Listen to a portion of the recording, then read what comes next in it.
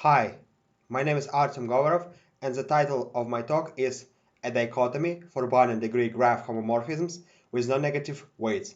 This is my joint work with Jin-Yi and Dyer. So, let's begin. For many years, graph homomorphism has been an active research area. It is a framework that can encode a wide variety of graph properties.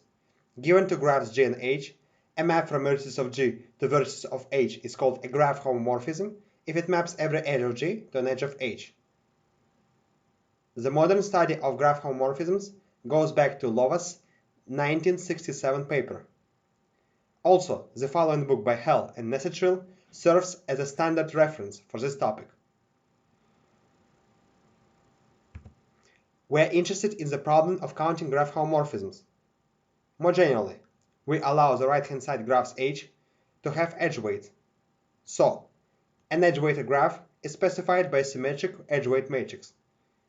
Now, for a symmetric matrix A, the following is the definition of the problem eval of A, which counts weighted graph homomorphisms. The left-hand side graph G can have multiple edges, but no loops. This sum, Z sub A, is called the partition function of graph homomorphisms. This definition can be extended to include vertex weights, in which case we get a more expressive framework. Many combinatorial problems on graphs can be expressed as graph homomorphisms. These include the vertex cover, the independent set, and the vertex coloring. In all these, the edge weights are either 0 or 1. For example, the vertex coloring is specified by a matrix that has zeros on the main diagonal and ones everywhere else, forcing any pair of adjacent vertices in the graph G to receive different colors. Less obvious is that the function that corresponds to counting the number of even and odd induced subgraphs in a graph is also expressible as a graph homomorphism. And here, we have to use both positive and negative edge weights. Moving on, in statistical physics, various special cases of graph homomorphisms have been studied, although mostly under the name partition function.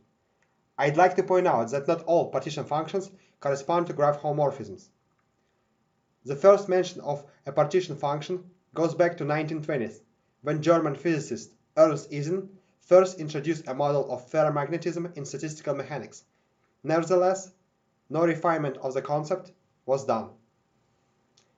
In all similar models, we typically have a lattice, for example, a two-dimensional grid of particles that can be molecules or atoms.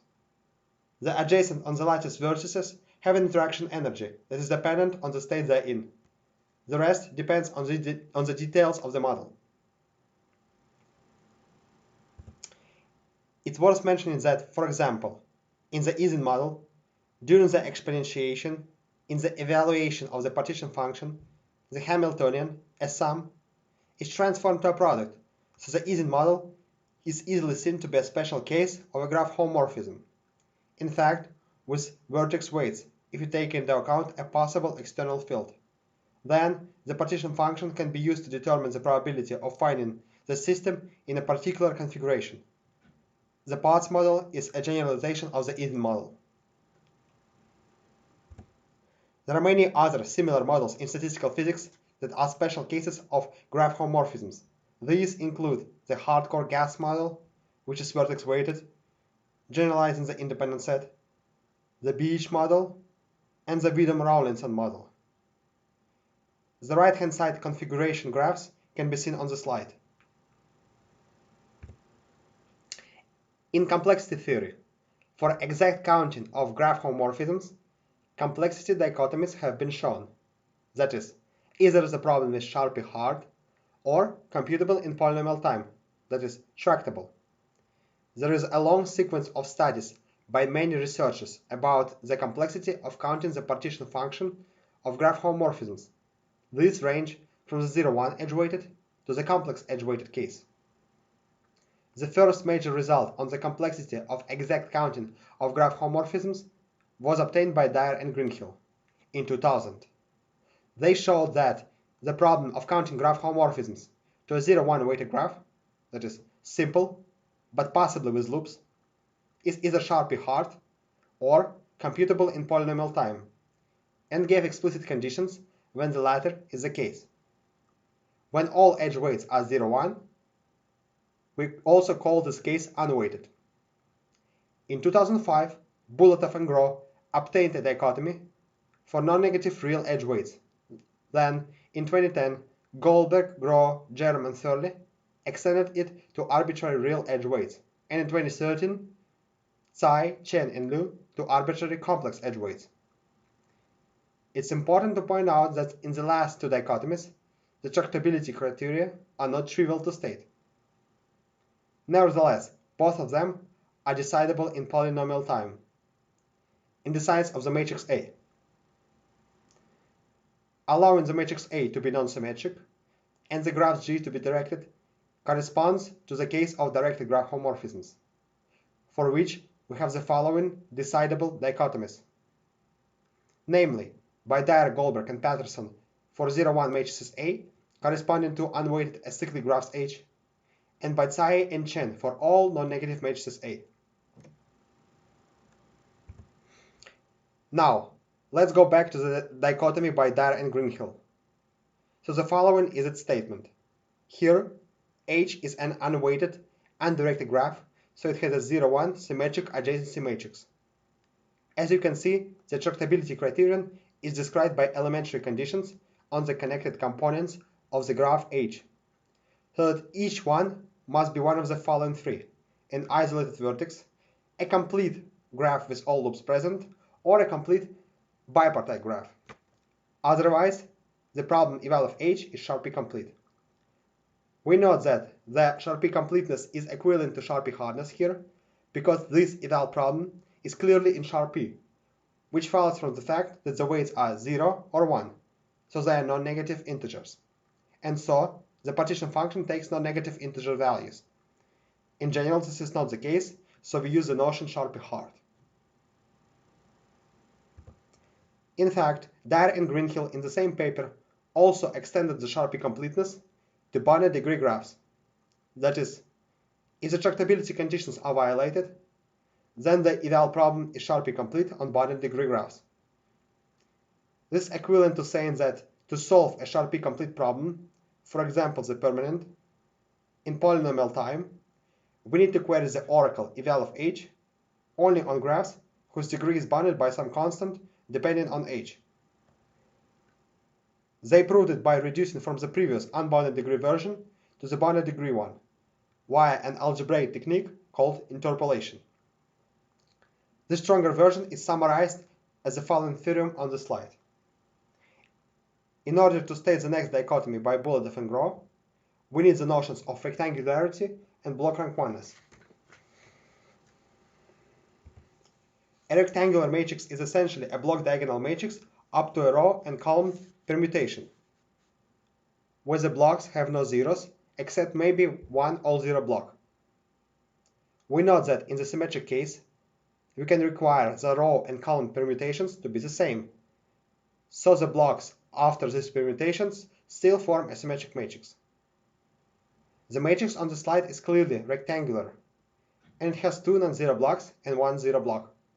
Here, the first non-zero block is the intersection of the first and the fifth rows and columns, and the second one is the intersection of the third and fourth rows and columns. The zero block consists of a single entry, which is the intersection of the second row and column. Next, we call the matrix block rank 1 if it's rectangular and its every non-zero block is of rank 1. The matrix on the slide is a good example that demonstrates this notion. Here, the first two blocks are each of rank 1 and correspond to non-bipartite connected components, and the last two blocks together correspond to a single bipartite connected component and are each of rank 1 as well. In general, for a symmetric matrix, we can only have non-zero blocks of non-bipartite and bipartite configurations. Now, we can proceed to the dichotomy by Bulatov and Gro. It says that for a symmetric non-negative matrix A, the problem eval of A is sharply hard unless A is block rank 1 in which case it can be computed in polynomial time. As we can see, it naturally extends the dichotomy by Dyer and Greenhill with the block partitioning of the matrix A corresponding to the connected components of the induced graph. Unlike Dyer and Greenhill's work, for the dichotomy by Bulletov and Groh, the boundary degree case was not resolved and has been an open problem.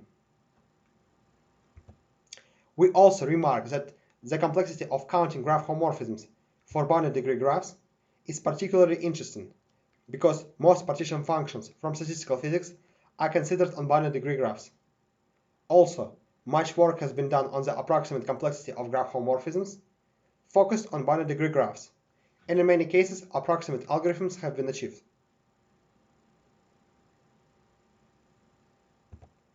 Going back to the dichotomy by Bulletov and Groh, that question of sharp P-hardness on boundary degree graphs remained open for 15 years. Our main contribution is that we resolve this open problem, extending the sharp P-hardness part of the dichotomy by Bulletov and Groh to boundary degree graphs. So, here is the statement. It says that if a symmetric matrix A is not block rank 1, that is, it fails the tractability conditions of the dichotomy by Bulletov and Groh, then the problem eval of A restricted to boundary degree graphs is sharply hard. Here, the degree bound delta depends on the matrix A. We actually showed a stronger statement.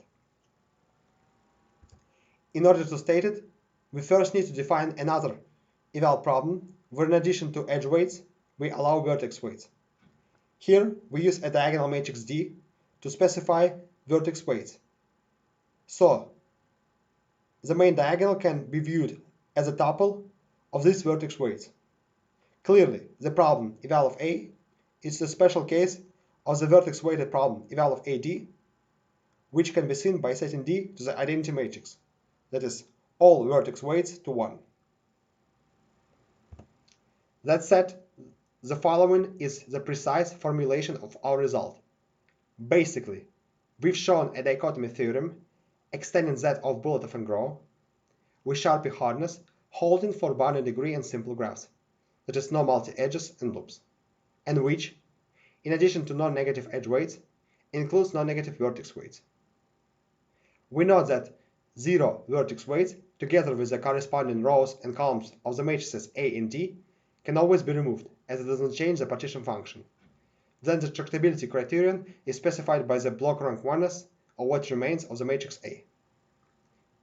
The only troubling part is sharp P-hardness, as the tractability part is trivial. Let's proceed to the outline of the sharp P-hardness part.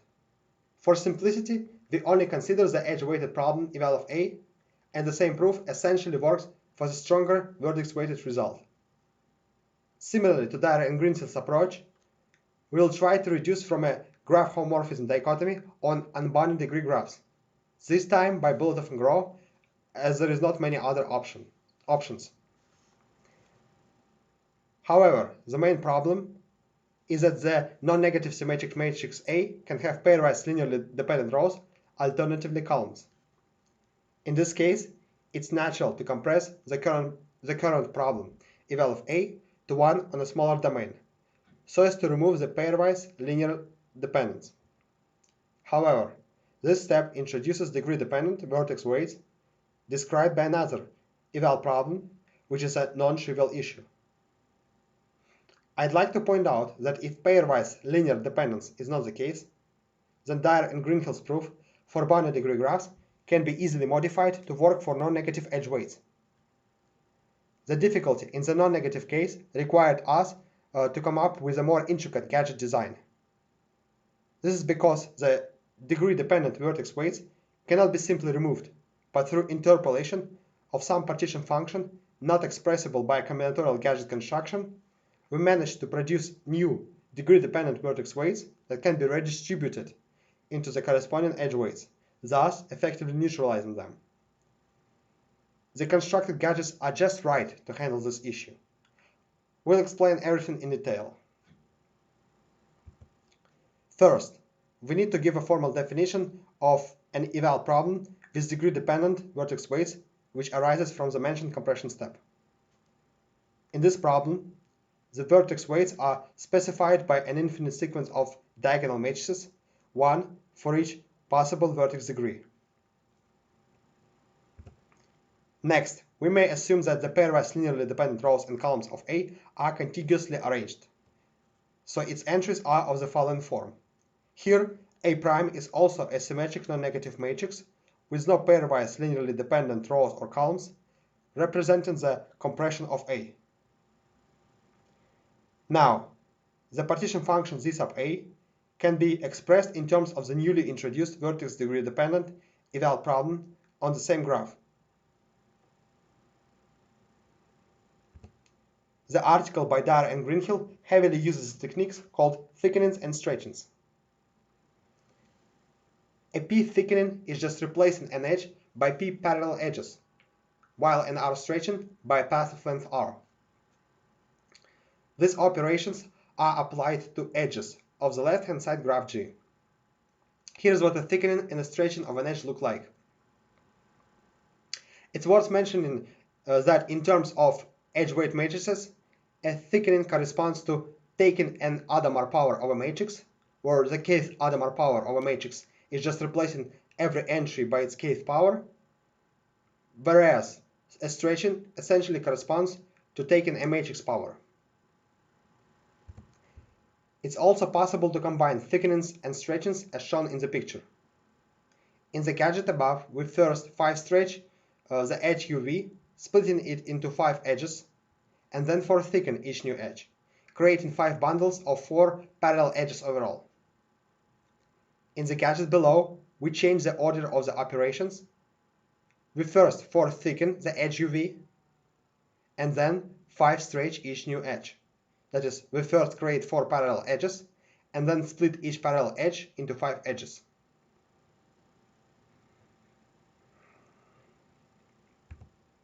We'll also need the following simple lemma from the article by Dyer and Greenhill. It shows how to construct a gadget with a non-degenerate edge weight matrix. If one has an edge weight matrix with no pairwise linearly dependent rows and columns, and a positive diagonal vertex weight matrix by choosing a sufficiently large thickening parameter P. In our case, these conditions are satisfied. Here, the edge weight matrix, alternatively the signature matrix of a gadget, is simply a quantitative expression of the partition function restricted to this gadget. This notion applies to gadgets with 2 endpoints, and we use the same term because an edge is a special case of such gadgets. So, with this knowledge, we can go back to our proof. We'll use gadgets like this to replace a vertex of high degree, where the following beautiful pentagonal figure shows the case for degree 5. We will call them gadgets R. The fragments between the end vertices are what we will refer to as path gadgets P. So, after the previously mentioned compression step, we replace each vertex in our graph G by the corresponding gadget R. Let's give a formal definition of a gadget R. Basically, for each vertex degree D, this is a digon-looking gadget, parameterized in 3 parameters, D, N, and P. This gadget R is comprised of path gadgets P, which are n-chains of the local gadget from the previous lemma. The last 2 parameters, N and P, will be used for interpolation. We note that our gadgets are of degree 2p plus 1, which is independent of N and D. The corner cases D equals 1 and 2 can be inferred naturally. Namely, we think of a D-gon as having diverges and edges. Then for D equals 1, a 1-gon is just a looped vertex. And for D equals 2, a 2-gon has 2 vertices with 2 parallel edges between. Then the definition of the gadgets R applies to these corner cases, and examples of such can be seen in the picture. Indeed, very nice gadgets too. Now, we take P to be large enough to make the edge weight matrix of the local gadget from the previous lemma non-degenerate. So now, we have a sequence of graphs G and sub NP parameterized only in N. we notice that these graphs are all simple, loopless, and of bounded degree to p+1 by our gadget design. We also know that the path gadgets have non-degenerate edge weight matrices. Using the expression of the partition function through the eigenvalues which are non-zero, in the limiting sense, we can interpolate the value at n equals 0. This interpolation step can be simply viewed as placing a diagonal matrix corresponding to the matrix power computed at n equals 0 between consecutive and vertices in our digon gadgets R. In other words, at n equals 0, we have virtual gadgets R comprised of virtual path gadgets P. The interpolated value can be viewed as a partition function on some intermediate graph G', which in turn can be viewed as a skeleton graph obtained by replacing each path gadget P by an edge. This value can be expressed through another eval problem. We won't give a formal definition, but in this problem, each vertex and each edge can receive an arbitrary matrix coming from specified sets, and there is no degree enforcement. We know that this value on the graph G' does not correspond to any actual combinatorial gadget construction. It can be noticed that the end vertices of each virtual gadget R must receive the same color assignment by the previously mentioned diagonality. So it can be simply viewed as a vertex with the following vertex weight matrix. Because of this, we can construct the graph G' back to the original graph G, expressing the target value yet again through another vertex degree dependent eval problem.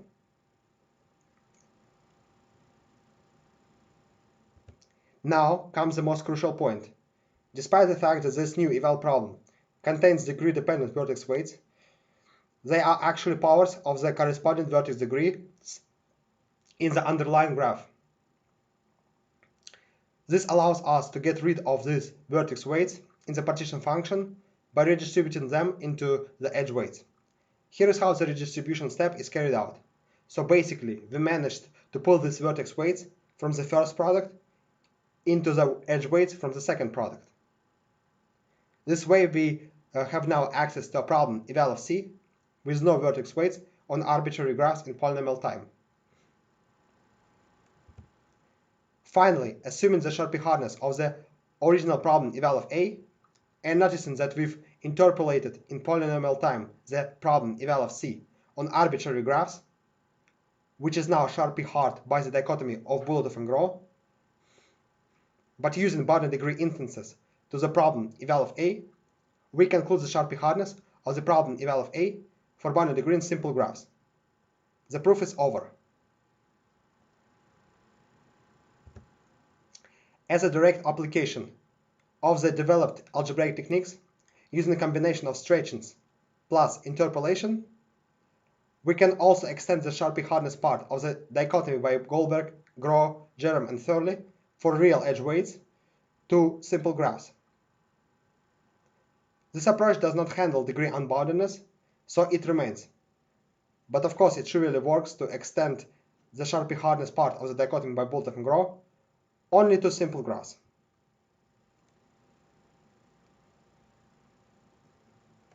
Okay, and so this completes my presentation.